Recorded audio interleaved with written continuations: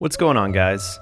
After receiving the news that we'd be getting a new event weapon, the Windblume Ode, that could potentially compete with the Stringless, I was super excited because despite the fact that I've been playing since launch, I've yet to pull a Stringless from Gacha. I was hoping to use this bow on Fischl. I've been using a compound bow on Fischl because at the time of crafting it, I didn't have anything better and didn't understand the game well enough to realize that this wasn't the correct weapon for a support Fischl. After seeing the passive of this weapon, I thought that this bow doesn't seem to be great on any of the characters currently in the game. This is because you must first use an elemental skill and then either normal attack or use your burst within 6 seconds to get any effect from the passive. This could work for the majority of the bow characters, however in Fischl's case, it is optimal to keep Oz on the field for as much uptime as possible, meaning using your burst once your elemental skill rotation is up. In the clip playing, you can see that I have almost 100% uptime on Oz by rotating my skill and burst, and this is Fischl's optimal playstyle as a main DPS and especially as a support.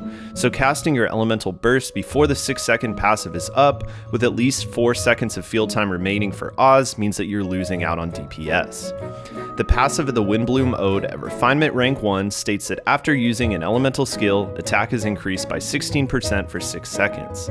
This made me believe that my elemental skill damage would not be affected with this weapon, as my attack would not increase until after the skill started. If you're not aware, all or most of the characters' abilities in this game snapshot their stats before the skill is applied, meaning that in Fischl's case, after Oz is cast, Oz's ability is based on Fischl's attack at the time the skill is applied.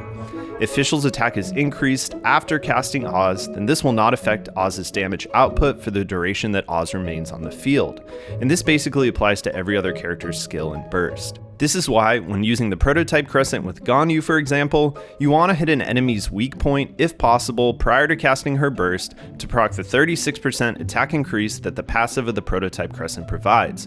If you cast her burst and then hit a weak spot, her attack will increase, but the damage provided by the icicles in her burst will not change. We can see this in the clip shown. So to test the Windblume Ode, I equipped the weapon with no artifacts just so I would not immediately kill the mob and could repeatedly come back to the same enemies to perform different tests. With Fischl at level 70 out of 70, no artifacts, and a level 1 Windblume Ode, I have a total of 231 base attack and 259 total attack.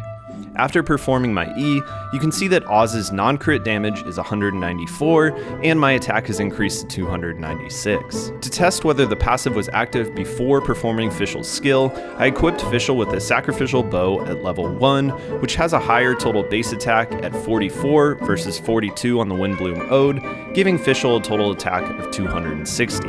The passive and substat on this weapon will not affect damage, so if the Windblume passive is not proccing until after Fischl casts her E, this bow should result in higher overall damage output from Oz. We can see now that Oz does 171 damage per hit, therefore proving that the passive of the Windblume Ode does proc before Fischl's attack stat is Snapshot. I performed the same test on Diona with her Icy Paws E ability and saw the same result, with the non-crit damage from the Ode of 141 and non-crit damage from the sacrificial bow of 132. I don't have Venti to test this one, but would assume that this works the same for all bow users. This is important because it makes this weapon a legitimate competitor or replacement to Stringless for people that do not have that weapon or have it equipped on another character. If this passive only applied after performing a skill, I was going to write this bow off as being too underwhelming to justify building. Okay, so with that said, how does this bow actually compare to Stringless? I wanted to calculate Oz's attack damage using these two weapons. Fischl is unique in that Oz is cast during both her skill and her burst, and deals the same amount of continuous damage outside of the damage upon casting. For simplicity, we'll just look at Oz's continuous damage. I used Fischl's base attack at level 80 of 216, and a Windblume Ode at level 80, which has an attack of 475. I also used my actual artifact sets, stats, and substats, which are currently shown on the screen. With Fischl and the weapon both at level 80, and my artifact RNG, my stats are 691 base attack, 1550 total attack, and 61.6% electro damage bonus. For the purpose of the calculations, I'm only considering non-crit damage and I'm not taking into account resistance of enemies because all we're trying to do is compare the output of the two weapons. I'm also using Knight Rider talent level 9, which gives Oz an attack damage of 151%. The results are shown on the screen. Even at refinement rank 1, Stringless outdamages an R5 Windblume Ode by 9%. This increases to 30% with an R5 Stringless. Now, because Ode gives an attack boost after performing a skill, where Stringless only increases skill and burst damage, any normal and charge attacks performed after casting a skill with the Ode will outdamage those using a Stringless. So I wanted to talk about my final thoughts on this weapon. This weapon is not the best in slot on any of the support characters currently in the game, and at this point is a free-to-play friendly version of the Stringless with lower overall damage output. With that being said, not everyone is going to get a Stringless, and definitely not everyone is going to get a Stringless at refinement rank 5. Like I stated at the beginning of this video, despite playing since launch, Stringless is the only 4-star gacha weapon outside of the 2 4-stars on the current weapon banner that I do not have. The 2 current craftable bows in the game, the Prototype Crescent and the Compound Bow, are really best suited for main DPS units. The passive of the Prototype Crescent gives a higher attack boost than the Windblume Ode, but this requires hitting a weak point, which is not always possible depending on the enemies you're fighting, and for a support character, this can be a significant hit to your team's DPS. The Compound Bow has a physical damage substat that is only suited to a main DPS, so I think that this bow is a great addition to the game for free-to-play players. With that being said, I'm not planning to immediately invest in this bow. I've been intending to level my R5 Sacrificial Bow for Diona, at which time I'll give my already level 70 Favonius Bow to Fischl. Sadly, this bow just does not compete with the previous event weapon, the Festering Desire. If I did not already have the Favonius leveled up, I prefer the Windblume Ode over the Favonius for Fischl specifically. At R5, Oz's damage from the Ode is 20% higher than the Favonius bow, at 3,587 for the Favonius versus 4,306 for the Ode.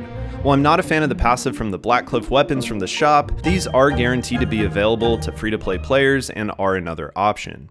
Crit substats on weapons do make building characters significantly easier, so the Blackcliff Warbow is a solid option, and with the right balance of crit stats, the Blackcliff will outperform the Ode. In my opinion, it is not worth using Star Glitter on a support character's weapon when there is a free option available. I also want to state that there could very well be a character coming in the future that this weapon is much stronger on. Elemental Mastery isn't the best stat for Electro characters, but if we get a character like Fischl that can do consistent off-field Cryo, Hydro, or Pyro damage, Elemental Mastery becomes a much stronger stat because of the scaling on Vaporize and Melt reactions. While this weapon is not an immediate must build, I do not think it is something that you should miss getting to R5 if you have the opportunity. That is all I have for you guys today. I just wanted to put out this short video sharing my early testing with this weapon. If you guys found this video helpful, please consider subscribing down below. I put out a Genshin Impact video just like this one every single week. I'll see you guys for the next video. Peace.